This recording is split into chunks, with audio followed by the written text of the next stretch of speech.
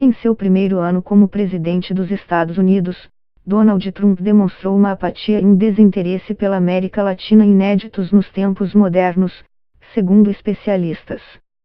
A questão vai além do relato de que Trump teria se referido a nações da América Central e do Caribe de forma preconceituosa, das decisões do presidente de interromper programas que evitam a deportação de milhares de imigrantes latinos ou do fato de o presidente querer construir um muro na fronteira com o México, país que classificou como o mais perigoso do mundo. Também não se resume à política comercial de Trump, que retirou o zoado Acordo Transpacífico de Cooperação Econômica, TPP, firmado com países latino-americanos e asiáticos, e que colocou o NAFTA, Acordo de Livre Comércio entre EUA, México e Canadá, em xeque. O que caracteriza esse estremecimento sem precedentes das relações é uma combinação desses fatores com o fato de o republicano sequer ter designado, em um ano de governo, a equipe do Departamento de Estado responsável pelos assuntos relacionados à América Latina.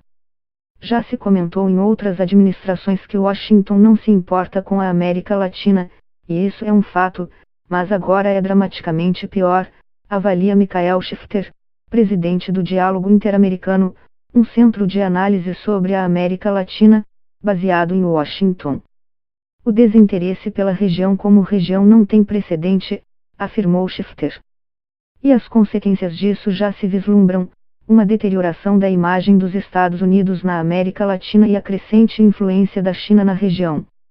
O principal gesto de aproximação de Trump com a América Latina no seu primeiro ano de governo foi provavelmente um jantar que ofereceu aos presidentes de Brasil, Colômbia e Panamá e à vice-presidente da Argentina, em setembro, na semana da Assembleia Geral das Nações Unidas, em Nova York.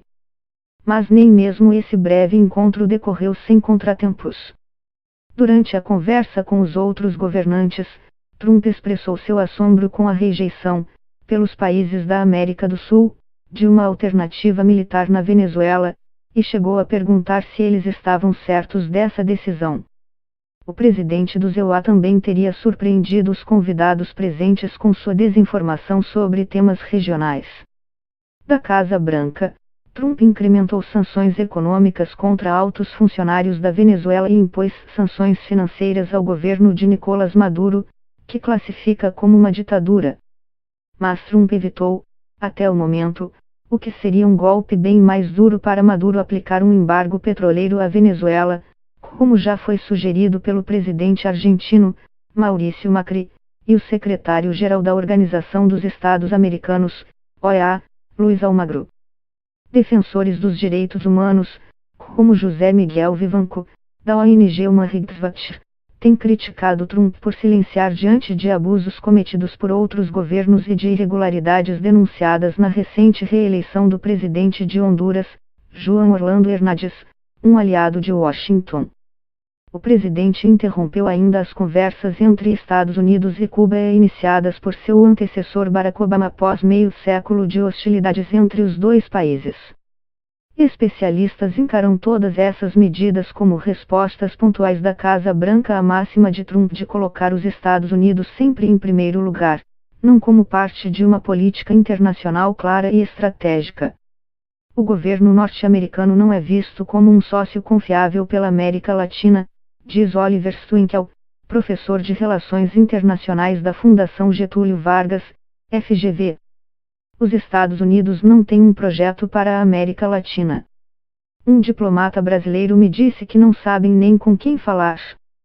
A América é a região do mundo onde mais decaiu a imagem de liderança dos Estados Unidos, conforme levantamento divulgado na semana passada pela Gallup, empresa americana de pesquisas de opinião.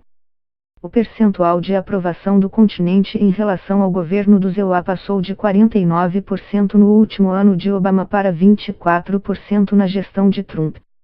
A autoridade com cargo mais alto na hierarquia do governo norte-americano a visitar a América Latina no ano passado foi o vice-presidente, Mike Pence, mas Trump ainda não pisou em qualquer país latino-americano desde que assumiu a Casa Branca e poderá dar outro sinal de indiferença se faltar a Cúpula das Américas, marcada para abril, no Peru. O secretário de Estado do EUA, Rex Tillerson, chamou a atenção por sua ausência na Assembleia Geral da Organização dos Estados Americanos, OEA, em junho de 2017, em Cancún, no México. O tema do encontro foi a crise na Venezuela.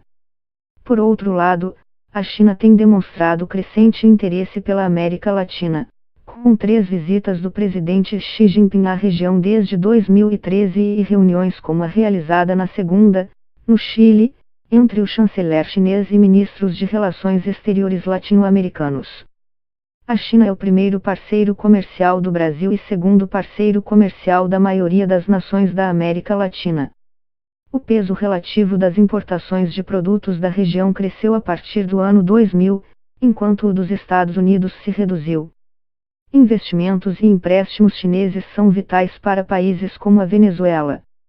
Para alguns especialistas, a tendência de aumento da influência da China na região se acelerou com o governo Trump. Luis Rubio, presidente do Conselho Mexicano de Assuntos Internacionais, destaca que o distanciamento dos EUA também gera incentivos para que seja explorada uma aproximação comercial entre Brasil e México, o que antes era considerado inconcebível. Todo mundo está vendo que as negociações com Washington estão mais complicadas, então estão surgindo outros tipos de vínculos, diz Rubio.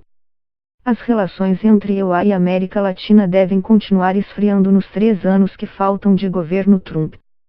Provavelmente sim, avaliam especialistas, sobretudo por causa de 2 questões sensíveis. A primeira é a renegociação do NAFTA. Esta semana se inicia em Montreal uma nova rodada de discussões entre os EUA, o México e o Canadá que pode ser crucial para salvar o tratado comercial ou causar um estremecimento do comércio entre países da América